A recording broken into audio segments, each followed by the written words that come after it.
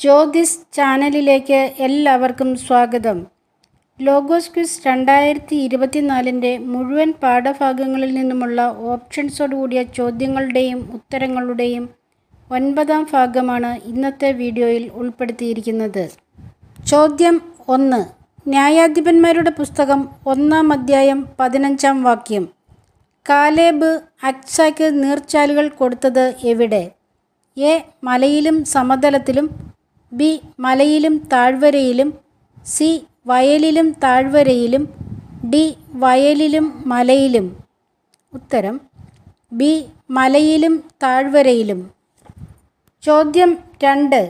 ന്യായാധിപന്മാരുടെ പുസ്തകം 2-ാം അധ്യായം 12-ാം വാക്യം അനുസരിച്ച് ആരുടെ ദേവന്മാരുടെ പിന്നാലെയാണ് ഇസ്രായേൽ ജനം പോയത്?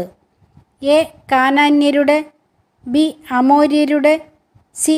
ചുറ്റുമുള്ള ജനങ്ങളുടെ, ഡി. അന്യജനതകളുടെ. ഉത്തരം സി. ചുറ്റുമുള്ള ജനങ്ങളുടെ. ചോദ്യം 3. ന്യായാധിപന്മാരുടെ പുസ്തകം 3-ാം അധ്യായം 10-ാം വാക്യം.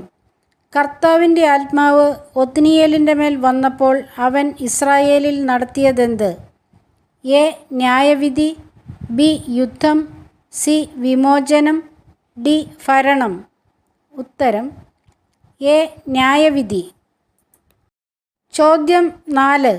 ന്യായാധിപന്മാരുടെ പുസ്തകം 4-ാം അധ്യായം 6-ാം വാക്യം. ദബോറ ബാറക്കിനെ ആളയച്ചു വരുത്തിയത് എവിടെ നിന്ന്? എ. എഫ്രായിമിലെ റാമായിൽ നിന്ന്, ബി.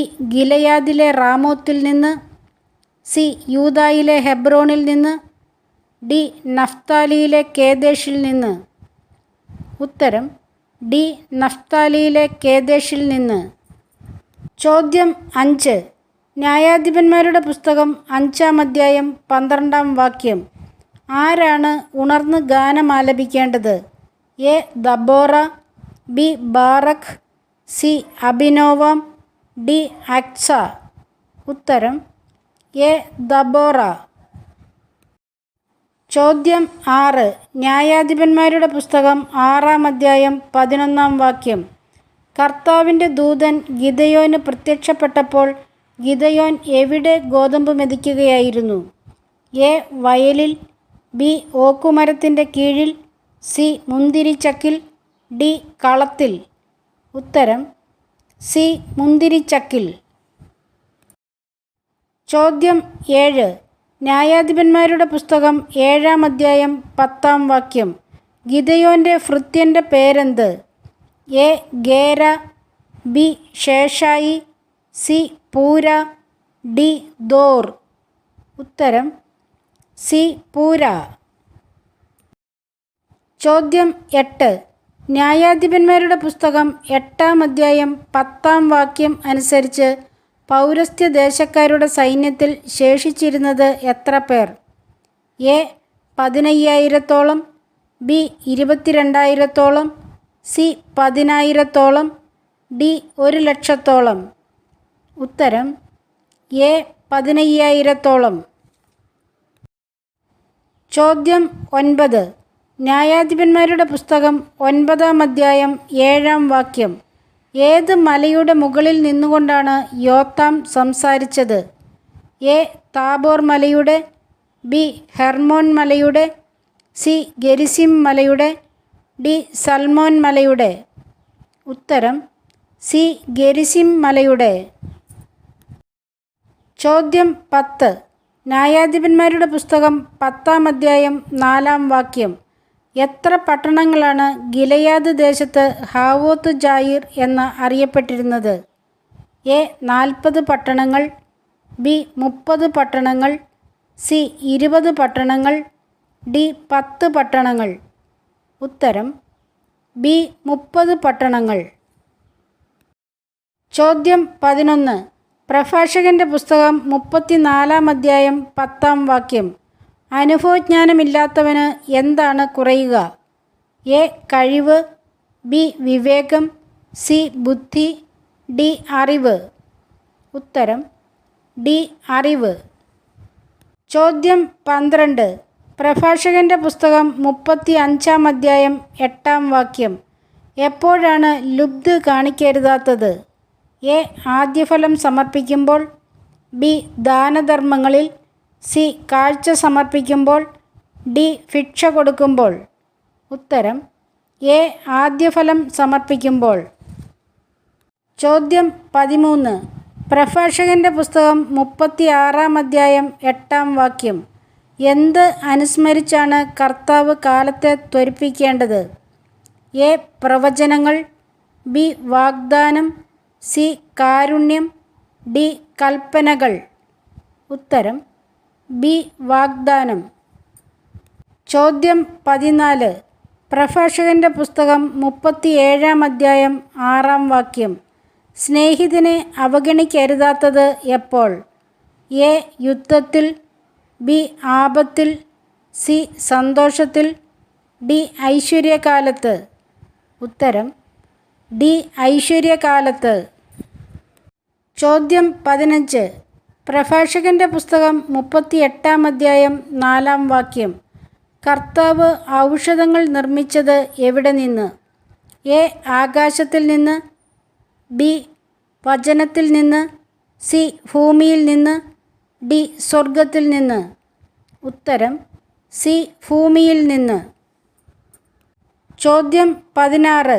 പ്രഭാഷകൻ്റെ പുസ്തകം 39-ാം അധ്യായം 5-ാം വാക്യം. അത്യുന്നതൻ്റെ നിയമങ്ങൾ പഠിക്കുന്നതിൽ താൽപ്പര്യമുള്ളവൻ ആരെ അന്വേഷിക്കാൻ വേണ്ടിയാണ് അതിരാവിലെ താൽപ്പര്യപൂർവ്വം എഴുന്നേൽക്കുന്നത്? എ. അത്യുന്നതനെ. ബി. സ്രഷ്ടാവായ കർത്താവിനെ. സി. സർവശക്തനായ കർത്താവിനെ. ഡി. മഹാന്മാരെ. ഉത്തരം ബി. സ്രഷ്ടാവായ കർത്താവിനെ. ചോദ്യം 17. പ്രഭാഷകൻ്റെ പുസ്തകം 40-ാം അധ്യായം 9-ാം വാക്യം. കലഹവും വാളും ആപത്തും ക്ഷാമവും പീഡനവും മഹാമാരിയും സൃഷ്ടിക്കപ്പെട്ടത് ആർക്കു വേണ്ടിയാണ്? എ. അസൂയാലുക്കൾക്ക്. ബി. അഹങ്കാരികൾക്ക്. സി. ദുഷ്ടർക്ക്. ഡി. ദൈവനിഷേധകർക്ക്. ഉത്തരം സി. ദുഷ്ടർക്ക്. ചോദ്യം 18. വിശുദ്ധ ലൂക്കായുടെ സുവിശേഷം 9-ാം അധ്യായം 24-ാം വാക്യത്തിൽ തന്നെ പ്രതി എന്തു നഷ്ടപ്പെടുത്തുന്നവൻ അത് രക്ഷിക്കും എന്നാണ് യേശു പറഞ്ഞത്? എ. ലോകത്തെ. ബി. സ്വജീവൻ. സി. സർവസ്വവും. ഡി. തന്നെ തന്നെ. ഉത്തരം ബി. സ്വജീവൻ. ചോദ്യം 19. വിശുദ്ധ ലൂക്കായുടെ സുവിശേഷം 10-ാം അധ്യായം 14-ാം വാക്യം. എപ്പോഴാണ് ടൈറിൻ്റെയും സീദോൻ്റെയും സ്ഥിതി കൊറാസിൻ, ബെത്സയിദ എന്നിവയേക്കാൾ സഹനീയമായിരിക്കുക? എ. വിധി ദിനത്തിൽ. ബി. പശ്ചാത്താപത്തിൻ്റെ ദിനത്തിൽ. സി. സ്വർഗരാജ്യത്തിൽ. ഡി. ദൈവരാജ്യത്തിൽ. ഉത്തരം എ. വിധി ദിനത്തിൽ. ചോദ്യം 20. വിശുദ്ധ ലൂക്കായുടെ സുവിശേഷം 11-ാം അധ്യായം 31-ാം വാക്യം അനുസരിച്ച് വിധി ദിനത്തിൽ ഈ തലമുറയിലെ ജനങ്ങളോടൊപ്പം ഉയിർപ്പിക്കപ്പെടുകയും ഇതിനെ കുറ്റം വിധിക്കുകയും ചെയ്യുന്നത് ആര്?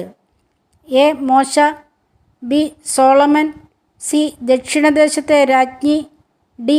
ദാവീദ്. ഉത്തരം സി. ദക്ഷിണദേശത്തെ രാജ്ഞി. ചോദ്യം 21. വിശുദ്ധ ലൂക്കായുടെ സുവിശേഷം 12-ാം അധ്യായം 8-ാം വാക്യം.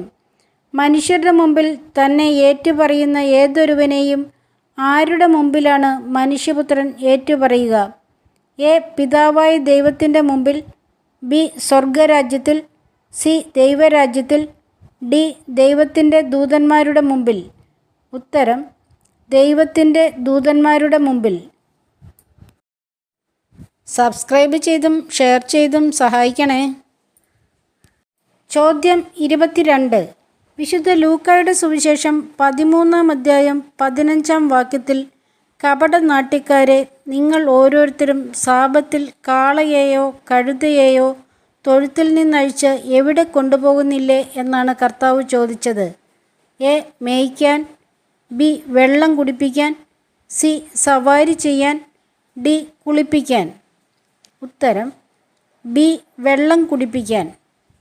ചോദ്യം 23. വിശുദ്ധ ലൂക്കായുടെ സുവിശേഷം 14 അധ്യായം 13 വാക്യം.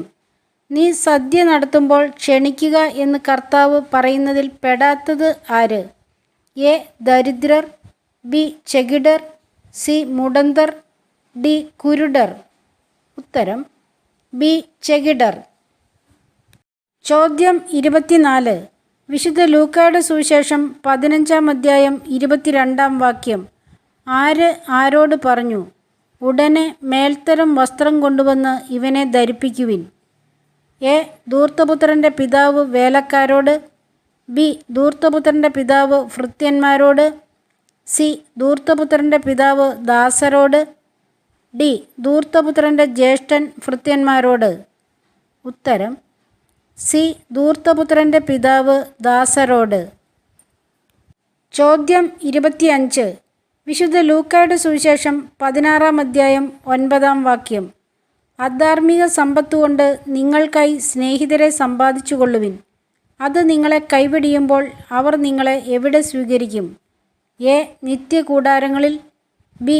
സ്വന്തം കൂടാരങ്ങളിൽ, സി. നരക കൂടാരങ്ങളിൽ, ഡി. നഷ്ടകൂടാരങ്ങളിൽ. ഉത്തരം എ. നിത്യകൂടാരങ്ങളിൽ. ചോദ്യം 26. 2 കൊരിന്തോസ് 7 അധ്യായം 10 വാക്യം. ദൈവഹിതപ്രകാരമുള്ള ദുഃഖം എപ്രകാരമുള്ള പശ്ചാത്താപമാണ് ജനിപ്പിക്കുന്നത്? എ. ദൈവികമായ, ബി. ആത്മീയമായ, സി. ഉത്തമമായ, ഡി. രക്ഷാകരമായ. ഉത്തരം ഡി. രക്ഷാകരമായ. ചോദ്യം 27.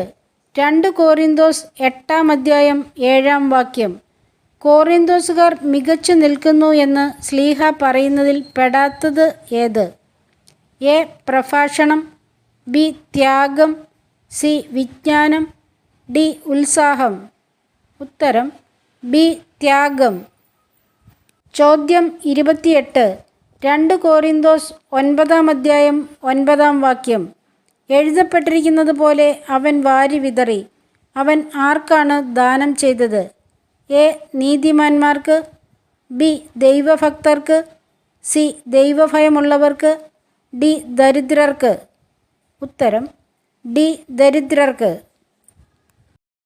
ചോദ്യം 29. 2 കൊരിന്തോസ് 10 അധ്യായം 8 വാക്യം. തങ്ങളുടെ എന്തിനെപ്പറ്റി കുറച്ചധികം പ്രശംസിച്ചാലും തനിക്ക് ലജ്ജിക്കാനില്ല എന്നാണ് ശ്ലീഹ പറയുന്നത്? എ. വചനത്തെപ്പറ്റി, ബി. യേശുക്രിസ്തുവിനെപ്പറ്റി, സി. അധികാരത്തെപ്പറ്റി, ഡി. സുവിശേഷത്തെപ്പറ്റി. ഉത്തരം സി. അധികാരത്തെപ്പറ്റി. ചോദ്യം 30. 2 കൊരിന്തോസ് 11 അധ്യായം 8 വാക്യം. കോറിന്തോസുകാരെ ശുശ്രൂഷിക്കുന്നതിന് വേണ്ടി എവിടെ നിന്നാണ് ശ്ലീഹ സഹായം സ്വീകരിച്ചത്? എ. മക്കെദോനിയക്കാരിൽ നിന്ന്, ബി. മറ്റ് സഭകളിൽ നിന്ന്, സി. എഫെസോസിൽ നിന്ന്, ഡി. തീത്തോസിൽ നിന്ന്. ഉത്തരം ബി. മറ്റ് സഭകളിൽ നിന്ന്. ചോദ്യം 31. 2 കൊരിന്തോസ് 12 അധ്യായം 7 വാക്യം. എന്തിൻ്റെ ആധിക്യത്താൽ അധികം ആഹ്ലാദിക്കാതിരിക്കേണ്ടതിനാണ് ശ്ലീഹായുടെ ശരീരത്തിൽ ഒരു മുള്ള് നൽകപ്പെട്ടത്? എ. വെളിപാടുകളുടെ, ബി. പ്രവചനങ്ങളുടെ, സി. സന്തോഷത്തിൻ്റെ, ഡി. അത്ഭുതങ്ങളുടെ. ഉത്തരം എ. വെളിപാടുകളുടെ. എല്ലാവരെയും ഒരുപാട് സ്നേഹത്തോടെ പ്രാർത്ഥനയോടെ ഓർത്തുകൊണ്ട് ഈശോയുടെ നാമത്തിൽ നന്ദി, നമസ്കാരം.